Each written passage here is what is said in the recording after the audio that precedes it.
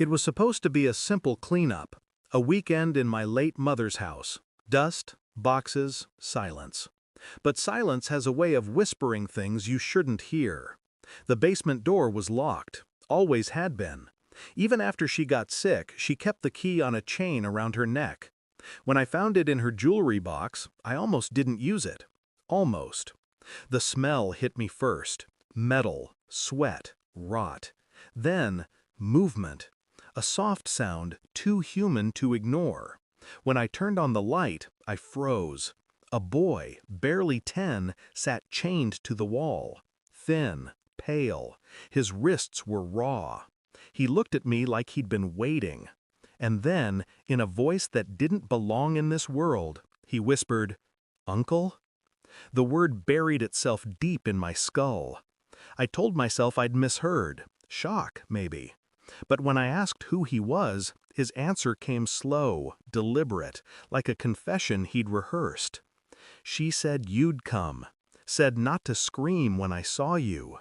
"She?" I asked. He hesitated, then said her name, my mother's. The ground shifted under me. She was a nurse, a saint, people said.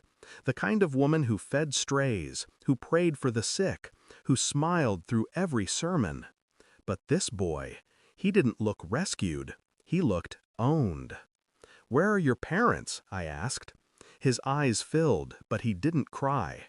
She said they went to heaven, because I was bad. I felt something in me tear, quietly, not loud enough for him to hear, but deep enough to never heal. I didn't call the police right away. I should have, but I needed to understand. I took photos. I checked the records in her study, old files, prescriptions, patient names. One folder stood out, marked in her handwriting, "Ethan, ongoing care." No last name, no address, just dosage lists, dates, and behavioral notes written like a lab report. He still asks for his mother. Must reinforce conditioning. New sedative effective. Reduce daylight exposure. Every line stripped another layer of her away. The woman who raised me was gone, buried beneath control, obsession, and madness. At night, I replayed everything she ever said about me, how she'd always told me, love means obedience. I'd thought it was faith. Now I knew it was doctrine. And this boy was her final experiment. I ran a DNA test, quietly. A swab from him, a hair from her old brush. When the results came back, I read them twice, then a third time. He wasn't a stranger. He was my brother's son. The same brother who vanished 15 years ago. The same brother she'd claimed left for another life. I went back to the basement, sat across from the boy.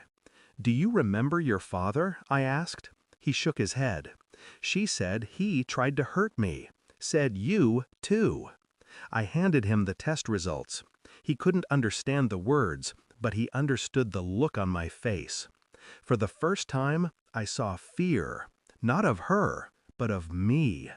Because I was the reflection of everything she'd told him to hate. I buried her photo albums that night.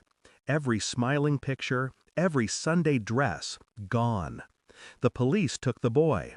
Questions came, cameras, reports. They called her a monster in disguise.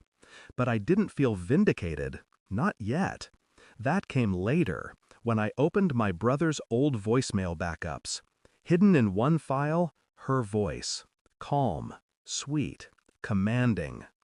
"Don't fight it, Michael. He belongs here. God wanted him with me." That was the night she killed him, and kept his son. I didn't send that recording to the police. I sent it to the press. Her church, her foundation, her name, burned in every headline. I didn't watch the coverage. I just sat on the porch of that rotten house and listened to the silence she left behind. The state placed Ethan with a foster family. He doesn't remember much. Maybe that's mercy. Sometimes he sends drawings, sunlight, trees, no chains. I don't respond. He doesn't need another ghost in his story. As for me, I kept one thing from the basement: the key.